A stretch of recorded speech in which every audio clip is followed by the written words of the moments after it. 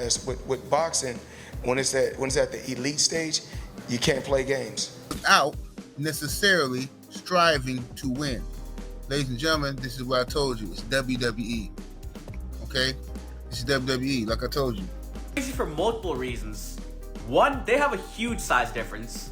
Tank Davis, he's a lightweight, normally fights at 135 pounds.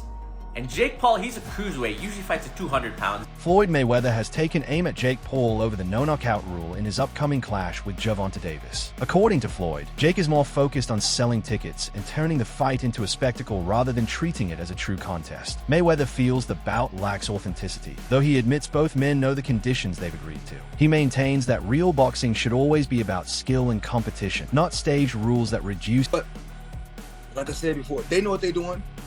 Both brothers.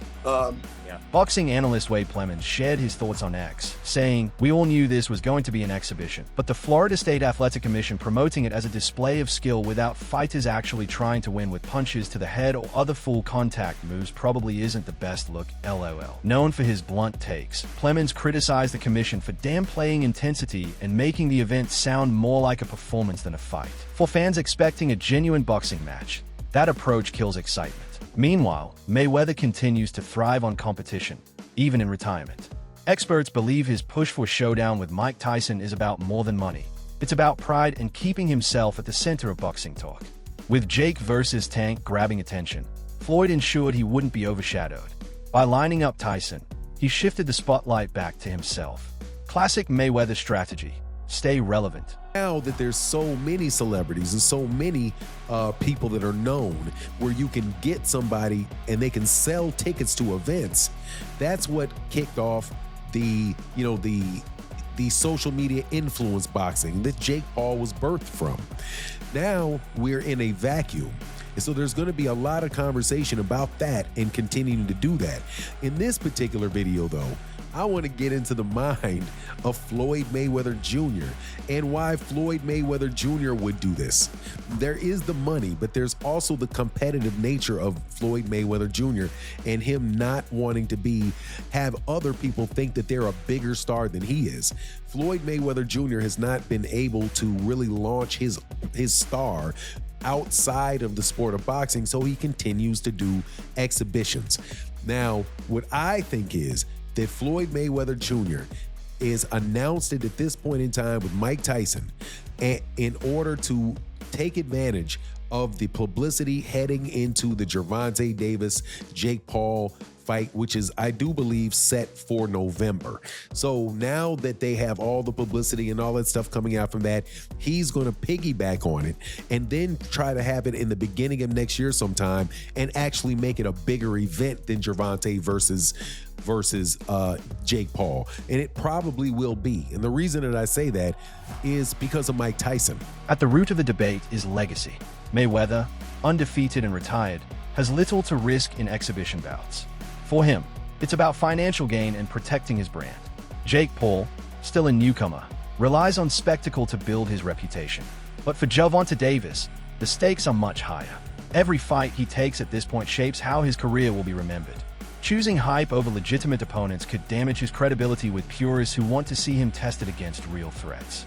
The bigger question, is short-term fame worth sacrificing long-term respect? Whether what is going to happen in that fight is basically the same thing as what's happening to Canelo Alvarez and Terrence Crawford, except for that is a live action fight that is a real competitive fight, but the marketing of it is the same thing, and the fact that somebody is going to pay for it is more likely with Floyd Mayweather Jr. and Mike Tyson than it is with even Jake Paul and Gervonta. But I think that it really is an attempt to compete with Gervonta Davis by setting up a bigger fight than Gervonta Davis is having. And now I'm going to tell you this something else too.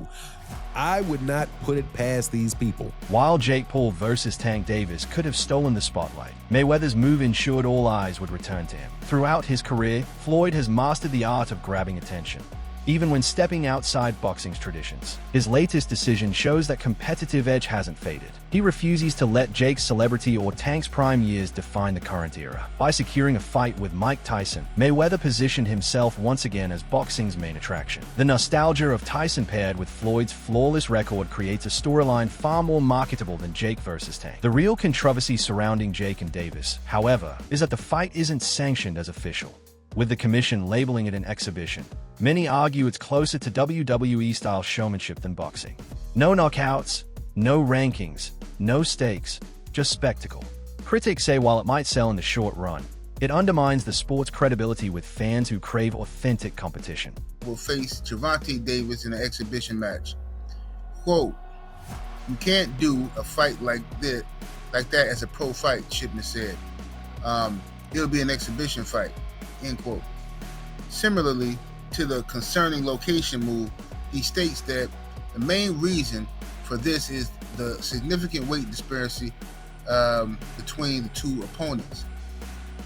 An exhibition is defined by Florida statutes as a boxing, kickboxing, or mixed martial arts engagement in which persons participating show or display their skills without necessarily striving to win, using strikes, elbows, blah, blah, blah. So, the key word here is, key phrase, show or display their skills without necessarily striving to win. Ladies and gentlemen, this is what I told you. It's WWE. Okay? This is WWE, like I told you. These are setup fights. These are rigged fights. I know Jake Paul gets upset when people say he ain't a real fighter and all that stuff. But I think the Mike Tyson fight pretty much showed everybody that, Mike was pulling back on his punches, and it just was weird to me. You know what I'm saying? Now you got Gervonta Tank Davis getting ready to sell his soul to go up in here and move around the ring with Jake Paul. I don't know what's going to happen on this. I don't know. But regardless of the fact, the fight is going to do well because it's going to be on Netflix. So everybody got Netflix, so everybody's going to watch the fight. So it's going to be like a wrestling event, basically, a fake scripted fight. Former champion Paulie Malignaggi has been especially outspoken about the matchup. He argues that knockouts only carry meaning when they happen against evenly matched opponents. In his eyes, setups like this one devalue the sport. He also insists that Jake Paul is gaining undeserved credibility by taking part in events that look more like marketing than real contests. In a debate with Chris Algieri, Malignaggi stressed that casual fans may enjoy the show, but hardcore boxing followers know this fight lacks the integrity of true championship bouts. His main point centers on authenticity. One of the biggest reasons this fight couldn't be sanctioned is the significant weight difference between Paul and Davis. The Florida Commission ruled that the size gap created unsafe and unfair conditions, so the matchup was only approved under controlled sparring session rules instead of as a pro bout. That decision exposes the limits of boxing. Paulie, knockouts, dude. Knockouts. People like knockouts. They don't care if you're knocking out cab drivers. Look at Jake Paul's career. You can manufacture that though. You can manufacture that though. You can manufacture. You can't manufacture. To a degree, you can. To a degree. I mean, you can't. Yeah, Gervonta legitimately cannot get knockouts. I agree. He can punch, but there's a lot of limited knockout artists though, man. He's one of the least active punchers in the game with the highest knockout percentage of current heavyweight. But if he was a real knockout artist, if he was a real knockout artist, prop him up against the best of the best. Felix Trinidad was a knockout artist. He was knocking out the best of the best. If you're a real knockout artist, prop him up against the best and show us how he smokes them. But the way Paulie, we did when Felix Trinidad was doing it. You know, the way when Mike Tyson was doing it in his prime. Say what you want about the Mike Tyson era. He knocked out everyone from 1986 to 1989. Everyone got knocked out. Everyone. Well, by your standard, you could say that Tyson was, to a degree, manufactured. No, because he fought everyone that was there. Everyone that was there at that time he fought. Teddy Atlas will 100% agree with this. With the expense of Witherspoon. That we're afraid of him. With the exception of Witherspoon. No, but they all, doesn't matter. He knocked them all out. There was nobody you could say in that era except maybe Witherspoon, who had contract issues with King at the time. Except for Witherspoon, there is nobody Tyson didn't fight in that era. He knocked them all out. You can't say like, oh, but if he would have fought that guy, I don't know. No, with Davis, there's guys right now that have been hanging around for years. Yo, dude, when are you going to fight them? The lightweight division was stacked with talent. Even at 130, it had a lot of talent when he was there. Didn't fight almost any of them. So it's not the same thing as the Tyson era. You want to say anything about Tyson era? Fine. It wasn't as high level or something. He still knocked out everyone. There was nobody there in that era that you could say Tyson didn't fight. Didn't say it was related. It was the same as the Tyson era. Didn't say it at all. I was actually going to say the opposite when you talk about Trinidad. Trinidad is a bona fide superstar. And the way that he was, and like you said, he fought everybody. Up and he knocked out. And he was a knockout punches. No, of course. So that's a different thing. So is Sugar Ray Leonard. Now, you also have to compare it to your contemporaries. Nobody is selling, dude. Nobody is selling. No one sells tickets. No one has a following these days. There's very few fighters who actually sell tickets. There's a push, bro. I was at Canelo Showtime. Alvarez. I was at Showtime. There's a push, bro. But champ.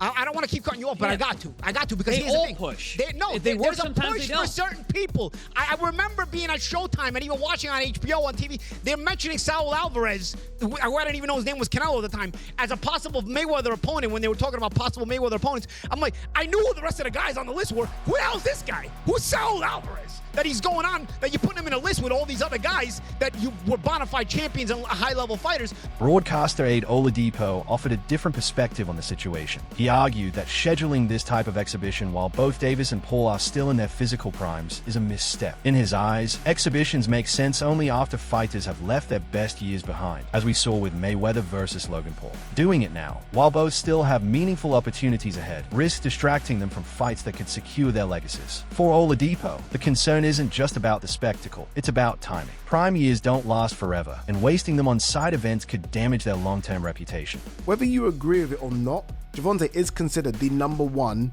lightweight in the world. And it's a division that includes Shakur Stevenson, a lot of young guns coming up. I'm not any more sure if it's going to include Keyshawn Davis, but it's a hot division. He's considered #1 in that division. Like, that's why I kind of find this a bit, I don't know. Like, there are challenges out there for Gervonta. There are big money fights out there for Gervonta. We want to see Gervonta in those fights. Again, I don't know how many fights people want to see AJ in, just to make the AJ Jake Paul comparison. One, as far as I'm concerned, that was Tyson Fury. I don't really have any interest in seeing AJ in any other more fights. Whereas Gervonta Davis, I wanted and still do want to see him in so many more fights. So, yeah, it's kind of weird. These exhibition things are, like, really and truly, they should all be when your career's done. Like, when you think of Floyd versus Logan Paul, done, right? Floyd versus Conor. Did he have one more after? Was that it? I can't even remember. But it was right at the end. It was done. Right at the end. Even if it wasn't. Right at the end. These guys having these exhibition fights in between what is the peak of their career is kind of weird for me. Very, very weird. And then it isn't even comparable to Ngannou Fury, because at least these guys were the same size. Like, Jake Paul is a 215, 220 pound guy. I don't know what he walks around at. Gervonta fights at 135. I'm guessing he walks around about 155. It was also reported that Gervonta Davis cancelled his planned rematch with Lamont Roach to pursue the Jake Paul fight. That decision raised questions because it showed how spectacle can take priority over genuine competition. Roach would have been a legitimate challenge, one that could have added weight to Davis' career in a traditional sense. Instead, he opted for the bigger paycheck but less meaningful matchup. This trend, choosing money over legacy, has become increasingly common in today's boxing, and critics worry it sends the wrong message to future fighters. Still, the Paul versus Davis fight offers an unusual contrast in styles. Jake enters with a natural size and power advantage, while Davis brings elite skill, speed, and experience at the sport's highest level. The intrigue lies in the clash. Can technical precision overcome sheer size, or will raw power break through superior ability? Normally, weight classes prevent this kind of matchup, but by breaking that rule, the fight adds danger, unpredictability, and excitement, even without official status.